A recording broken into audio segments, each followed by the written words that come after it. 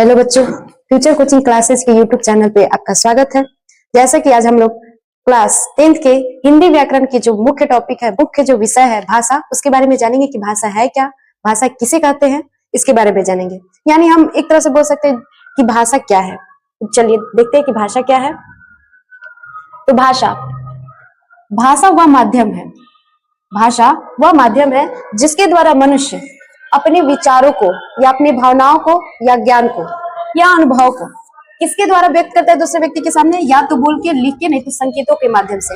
इसे क्या कहते हैं? भाषा कहते हैं। क्या कहते हैं? भाषा कहते हैं। यानी भाषा वह माध्यम है जिसके द्वारा कोई व्यक्ति या मनुष्य अपने विचारों को, अपनी भावनाओं को, अपने ज्ञान को किसी दूसरे व्यक्ति के सामने या तो बोल के करेगा, नहीं तो लिख के करेगा, नहीं तो इशारों के माध्यम से करेगा। उसे हम क्या कहते हैं? भाषा कहते हैं। अलग अलग देशों में, अलग अलग राज्यों में, अलग अलग क्षेत्रों में सबकी अपनी अपनी भाषा होती है। ठीक है, जैसे कि हिंदी भाषा हो गया, उदाहरण के तौर पे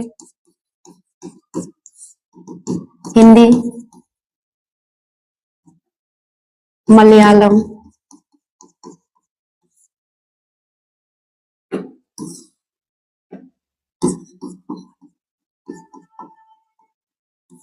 ठीक है, इत्यादि।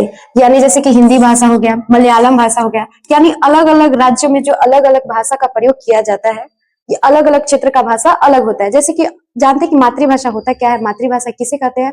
तो जिस परिवार में या जिस वातावरण में जब बच्चे जन्म लेते हैं और उनकी जो पहली भाषा होती है, पहली जो बोली होती है, वही मातृभाषा कहलाता है। जैसे कि बिहार की मातृभाषा हम बोल सकते हैं कि क्या है?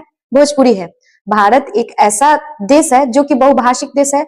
अलग अलग राज्य और अलग अलग क्षेत्र होने के कारण यहाँ की सभी की भाषाएं अलग अलग होती है, जिसके कारण भारत की कोई अपनी भाषा या मातृभाषा नहीं है। भारत की राजकीय भाषा हम बोल सकते हैं कि क्या है? हिंदी है। ठीक है, तो भाषा जानिए कि भाषा होता क्या है। यानी कोई भी व्यक्ति अपने विचारों और ज्ञानों को दूसरे व्यक्ति के सामने या तो लिख के करेगा, नहीं तो बोल के, नहीं तो संकेतों के माध्यम से समझाता है, ठीक है, या बताता है, उसे हम क्या कहते हैं? भाषा कहते हैं। अब चलेंगे कि भाषा के कितने प्रकार है, कौन कौन है। तो देखिए, परिभाषा में ही हमें पता चल रहा है कि भाषा कितने प्रकार के होते हैं। 3 प्रकार के होते हैं। चलते हैं, देखिए। पहला जो भाषा का प्रकार है वो है मौखिक भाषा। कौन सा भाषा है? मौखिक भाषा। दूसरा जो है लिखित भाषा, और तीसरा जो है सांकेतिक भाषा है। क्या है? सांकेतिक भाषा। भाषा को 3 भागों में बांटा गया है, जिसमें पहला है मौखिक भाषा। तो मौखिक भाषा क्या है, किसे कहते हैं? मौखिक का मतलब होता है, मतलब बातचीत करना या बोलना। यानी जब कोई व्यक्ति अपने विचारों, अपने अनुभवों को, ठीक है, या ज्ञान को बोलकर किसी दूसरे व्यक्ति के सामने प्रकट करता है या उसकी बातों को समझता है, उसे हम मौखिक भाषा कहते हैं। क्या कहते हैं? मौखिक भाषा कहते हैं। जैसे कि उदाहरण के तौर पर हो जाएगा बातचीत, भाषण इत्यादि। यानी कोई भी व्यक्ति अपने विचार को कैसे करता है? बोल के व्यक्त करता है। ऐसे हम इसे क्या कहते हैं? मौखिक भाषा कहते हैं। देखिए, इसका परिभाषा क्या है। तो भाषा भाषा वह माध्यम है जिससे के द्वारा मनुष्य बोलकर अपने विचारों, भाव और ज्ञानों को दूसरे व्यक्ति तक पहुंचाता है, उसे क्या कहते हैं? मौखिक भाषा कहते हैं। क्या कहते हैं? मौखिक भाषा कहते हैं। एग्जाम्पल के तौर पे भाषण हो गया, बातचीत हो गया इत्यादि।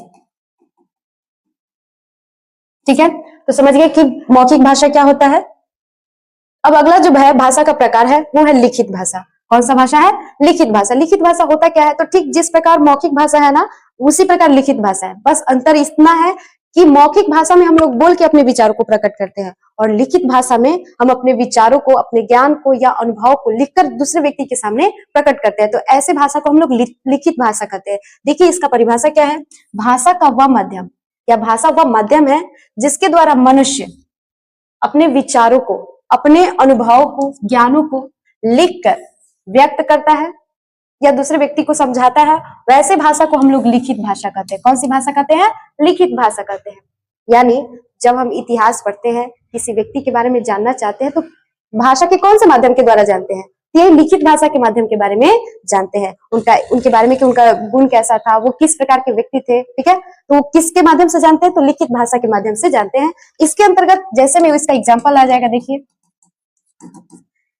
जैसे कि कहानी हो गया, ठीक है, इतिहास हो गया,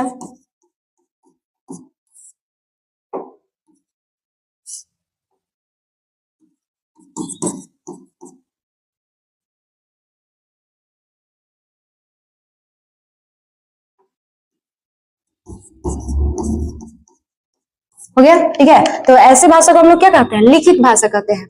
अब समझ में आया लिखित भाषा। ठीक उसी प्रकार इसका अगला जो भाषा का प्रकार है वो है संकेतिक भाषा। संकेतिक भाषा होता क्या है, किसे कहते हैं, तो देखिए क्या है। तो भाषा का वह माध्यम जिसके द्वारा कोई मनुष्य अपने विचारों को, अपने अनुभवों को या अपने ज्ञान को इशारों के माध्यम से दूसरे व्यक्ति तक पहुंचाता है या दूसरे व्यक्ति को बातों को समझता है, ऐसे भाषा को हम लोग कहते हैं सांकेतिक भाषा। कौन सी भाषा कहते हैं, सांकेतिक भाषा। यानी जब कोई व्यक्ति अपना विचार जो है इशारों के माध्यम से दूसरे तक पहुंचाता है, ऐसे भाषा को हम लोग कौन सा भाषा कहते हैं, सांकेतिक भाषा कहते हैं। जैसे कि ऐसे भाषा का प्रयोग कौन से व्यक्ति करते हैं, जो बोल नहीं सकते, ठीक है, या फिर जिसको सुनने में क्या होता है, दिक्कत होता है, तो ऐसे भाषा का प्रयोग वे लोग करते हैं व्यक्ति जिसे मुखबाधित व्यक्ति कहते हैं, कि जो बोल नहीं सकते या जो दूसरे की बातों को सुन नहीं सकते, या तो सांकेतिक भाषा का प्रयोग कर सकते हैं, नहीं तो लिखित भाषा का प्रयोग कर सकते हैं। तो आज के लिए बस इतना ही, धन्यवाद।